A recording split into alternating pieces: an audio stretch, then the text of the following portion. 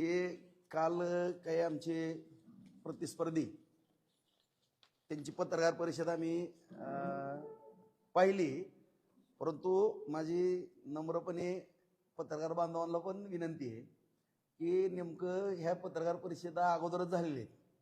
ह्या मंजुऱ्या बस स्थानकची मंजुरी असेल किंवा ग्रामीण रुग्णालयाची, ह्या मंजुऱ्या गेल्या 1.5 वर्षापूर्वीच्याच मंजुऱ्या आहेत. त्याचं उदाहरण जर द्यायचं म्हणलं तुम्हाला तर 9/8/2024 हे बसस्थानकचं जे हे ह्याचा आदेश आहे मंजूर झालेलं आपलं काम 14,99,50,000 रुपये, बरोबर आहे.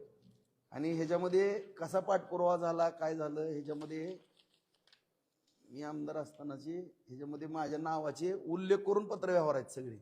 तसं आहे का त्यांच्याकडे? काय तुम्हाला दिले का तसे? काय भाई सगळं कार्यकारी अभियंता राजेंद्र विठ्ठल राऊत वगैरे सगळे असं पाठपुरावे आम्ही केलेले, किंवा त्या काळामध्ये माननीय एकनाथ शिंदे साहेब मुख्यमंत्री होते, साहेब उपमुख्यमंत्री होते, आणि त्या कालखंडामध्ये आपलं बसस्थानक मंजूर झालेलं आहे. त्याला माहिती पण नाही त्याच जागेवरती बसस्थानक होणार आहे. आणि उलट जो आपला डीपी आहे त्या डीपी मध्ये सुद्धा यशवंतनगरला जाताना उजव्या बाजूला डेपोचं रिझर्वेशन पण त्याच्यामध्ये आहे. डेपो पलीकडे होणार आहे खाली यशवंतनगरला, तिथंच अर्धा किलोमीटर, आणि त्याच जागेवरती बसस्थानक होणार आहे. ह्याची मंजुरी वगैरे सगळी आणली. त्याचबरोबर ग्रामीण रुग्णालय पण जवळपास आता त्याला 3.5 वर्ष झाली मंजूर होऊन. आता जाग्याचा प्रश्न तो सुद्धा त्याचवेळी निघाला पाहिजे नव्हता, तुमच्या माहिती सांगतो, कारण सगळं तयार करून ठेवलेलं होतं. आता 15 महिन्यानंतर ती पत्रकार परिषद घेतात जाग्याचं. म्हणजे ही तालुक्याचं दुर्दैव आहे की या ठिकाणी ज्या मंजुऱ्या पूर्वी झालेल्या आहेत किंवा कामं मंजूर झालेली आहेत ह्याचं विनाकारण फुकटचं क्रेडिट घेण्याचा कुठलाही प्रश्न उद्भवत नाही, आणि हे कुठलंही काम करू शकत नाहीत, तुमच्या माहिती सांगतो. आणि ह्यांच्याकडनं काही होणार पण नाही. विनाकारण त्या म्हणतात ना ती शेळ्याकडे लावून त्यातला प्रकार आहे. काही संबंध नाही, काही नाही. हे सगळे बसस्थानकाचे हे पेपर आहेत, माझ्याकडे कागदपत्र आहेत. ह्याच्या मंजुऱ्या शिंदेसाहेब मुख्यमंत्री असताना, साहेब उपमुख्यमंत्री असताना आणि दादा त्या कारकिर्दीतला हा सगळा विषय बसस्थानकचा आणि ग्रामीण रुग्णालयाचा.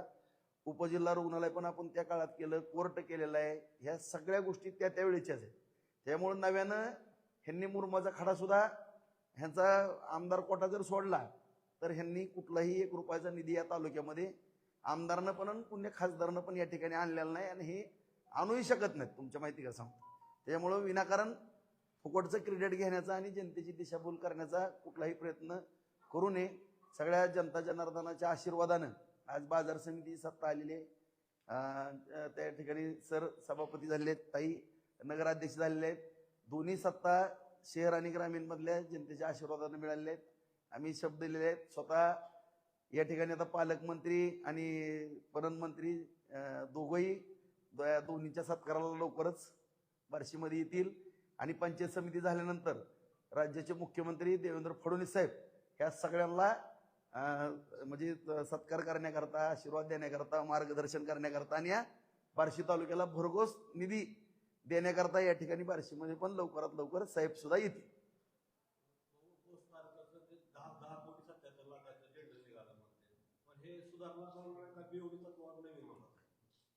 ह्याचं जी मंजुरीचा कोणी मंजूर केली हा विषय, ही टेंडरचा आणखीन त्याला जवळपास 35-40 कोटी रुपये लागणार आहेत. त्यांना तो विषय पण माहिती नाही, हे कशा पद्धतीनं करायचं, काय करायचं, अर्धवट माहितीच्या आधारे ते बोलतायत. ह्याला आणखीन एक बैठक तिथं मंत्रालयामध्ये घेऊन ह्याला जे जादा निधी लागणार, आता उदाहरणार्थ पाण्याच्या बाबतीमध्ये एक 15 महिने झालं विधानसभा होऊन, बहुतेक आता 15 महिने होऊन गेलेले आहेत. एकदा सुद्धा तो विषय त्यांनी हातामध्ये घेतला नाही. आता आम्ही पत्र वगैरे तयार केलंय, जी वाढीव निधीची आवश्यकता आपल्याला, त्याचं सुद्धा जीवन प्राधिकरणकडे शेवटची मंजुरी राहिलेली आहे. त्याची मंजुरी पुढच्या आठवड्यामध्ये मंगळवारपर्यंत आपण घेतोय. आणि जी नगरविकास खाते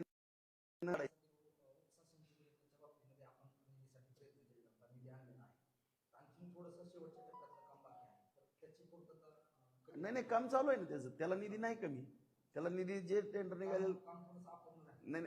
आता मग हे अपूर्ण कामाकडे लक्ष दिलं नाही त्यांनी कधी, आणि उगाच फुकटचं क्रेडिट घेतात. मी तुम्हाला सांगतो, आता निवडणुकात एवढ्या महिनाभर आम्हाला निवडणुकीमध्ये काय कुणी जरी असलं तरी शेवटी निवडणुकीमध्ये थोडं लक्ष पंचायत समिती जिल्हा परिषदला आम्हाला द्यावं लागणार आहे. आणि या ठिकाणी ह्या निवडणुका झाल्या मग तुम्ही विकासाच्या बाबतीमध्ये कुठलंही काम थांबणार नाही. ज्या ज्या शब्द दिलेत ते अत्यंत गतिमान पद्धतीनं सगळा कारभार चालू राहील. आपल्याला काय करावं लागणार आहे त्याचं सगळं परत त्याची एक बैठक घेऊन सगळे MD वगैरे ह्या सगळ्यांना बरोबर घेऊन त्याचा सगळा आराखडा व्यवस्थितच आपल्याला ते करून बाहेरनं शॉपिंग सेंटर वगैरे हे आता काही गडबड करण्यात ह्याच्यात काही अर्थ नाही. त्याचं उत्पन्न पण वाढलं पाहिजे. सगळ्या गोष्टी त्या दृष्टिकोनातून आपण प्रयत्न करतोय. ही मंजुरी वगैरे ह्यांचा काही विषय कुणाचा काही ह्याच्यामध्ये क्रेडिट घेण्याचा त्यांचा संबंध कुठलाच नाही. हे काम त्यावेळेसच मंजूर झालेलं आहे.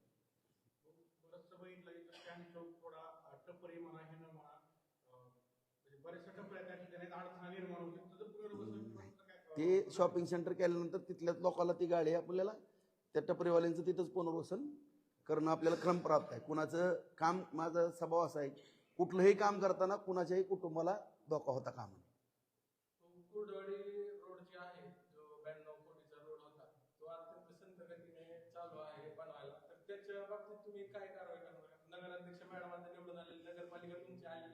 अरे त्यांना चार्ज तर घेऊ द्या आणखीन त्यांना गॅजेट होईल ताई चार्ज घेतील. चार्ज घेतल्यानंतर आता काही अधिकारी पण कमी आहेत, अधिकारीही कमी आहेत. नव्यानं आधी एकच जी आहे म्हणजे इतकं तिथं थोडं फार मोठ्या अडचणी आहेत. तिथं सगळ्या अडचणी ती प्रशासन कसं असावं काय असावं या सगळ्यावर आम्ही सकारात्मक चर्चा करून त्याच्यावरती मार्ग निश्चितपणानं काढू.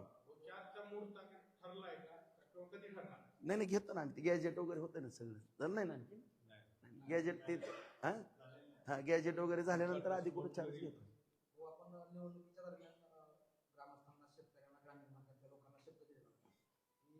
तालुक्यातील अनेक तरुण बाहेरगावी आहेत, ते आपलं दुर्दैव आहे. तर त्यांना स्थानिक लेवलला रोजगार मिळण्यासाठी आपण 3 MIDCचं धोरण आखलेलं आहे. तर त्या संदर्भात काय एकाच प्रक्रिया सुरू झाली जामगावची. त्याचं पत्रव्यवहार सुरू आहे. मला पत्र पण आलेले आहेत त्या ROची वगैरे. त्याची प्रक्रिया सुरू झाली आहे आणि सामंत साहेबांकडे बैठक लावून आता उपळायला पण फक्त अगोदर शेतकऱ्यांची बैठक घेणं गरजेचं आहे. तिथं शेतकऱ्यांचा विरोध होता कामा नये ह्याची काळजी आपण प्रथमदर्शनी घेतो. वैरागचं तर काय ती कारखान्याची जागा असल्यामुळे तिथं काही अडचण येणार नाही. आणि लवकरात लवकर या MIDCच्या आपल्या तिन्ही सुरू करण्याच्या दृष्टिकोनातून आपण पावलं टाकू. नगरपालिकाने सोशल मीडियावर सध्या चर्चा रंगते की कॉप्टर नगरसेवकांची, तर काय तुमच्या मी आताच आमच्या सगळे निवडून आलेले नगरसेवक, पराभूत उमेदवार आणि निरीक्षक या सगळ्यांची बैठक या ठिकाणी आयोजित केली आहे. पार्टीमध्ये कुणीही लॉबिंग करून काही आमची तो उपयोग होत नाही, काही नाही. पार्टीनं त्यावेळेस ती निर्णय घेतलेले असतात. कुणी काही इथं मागायला गेलं तर काय त्याची गुणवत्ता किंवा सगळं गोष्टी त्या ठिकाणी आणि पार्टीला भविष्यकाळामध्ये जो फायदा होणार आहे किंवा कशा पद्धतीनं पार्टीला आणखीन त्याच्या म्हणजे 4 मतं वाढतील त्या दृष्टिकोनातून आपल्याला निर्णय घेणं क्रमप्राप्त असते. असं प्रत्येकाला वाटत असतं की मला हे पद मिळावं ते पद मिळावं. म्हणण्याला काही अर्थ नसतो. शेवटी एखादंच पद असतं आणि असंख्य मागणी असते. त्याच्यामुळं सगळेच पदाला पात्र असतात, कोण नसते सगळं. आणि इथं ज्या पार्टीमध्ये कार्यकर्त्याचाच एवढा मोठा सन्मान आहे की प्रचंड जो झटणारा कार्यकर्ता आहे ना तोच आमच्या दृष्टीनं सगळ्या पदाचा मानकरी आहे. त्याच्यामुळं काही इथं कुठलं पद आहे नाही ह्याला आम्ही लय विषय त्याचा घेत नाही कधी.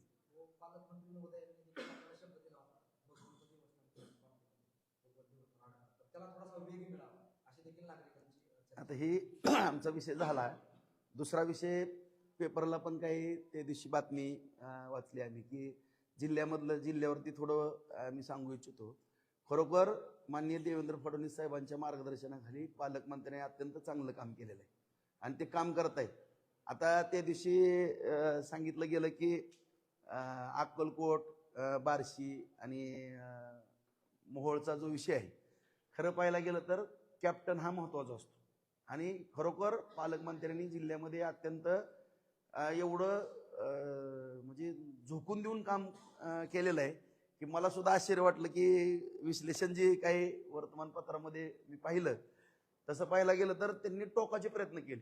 असं काय काय भाग आहेत की तिथं परिस्थिती कठीण आहे. कठीण असताना सुद्धा त्या ठिकाणी उमेदवार उभा करून म्हणजे विजयापर्यंत त्या ठिकाणी जाणं इतकी गोष्ट सोपी नव्हती.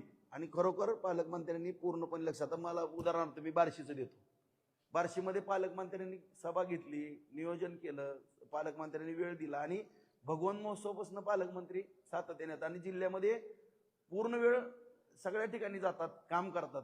त्याच्यामुळं खरा हा चांगला रिझल्ट बार्शीचा असेल, अक्कलकोटचा असेल, मोहोळचा आणि जे काय आणखीन उणिवा बसलेले आहेत. नक्कीच तुम्हाला सांगतो, जिल्हा परिषदला सुद्धा एक पालकमंत्र्यांच्याच मार्गदर्शनाखाली चांगली रणनीती या ठिकाणी जिल्ह्यामध्ये होईल. आणि पालकमंत्र्यांनी जे काम केलेलं आहे, एवढं घुसून काम म्हणजे करणं ही आनंदाची बाब आहे आमच्या दृष्टिकोनातून.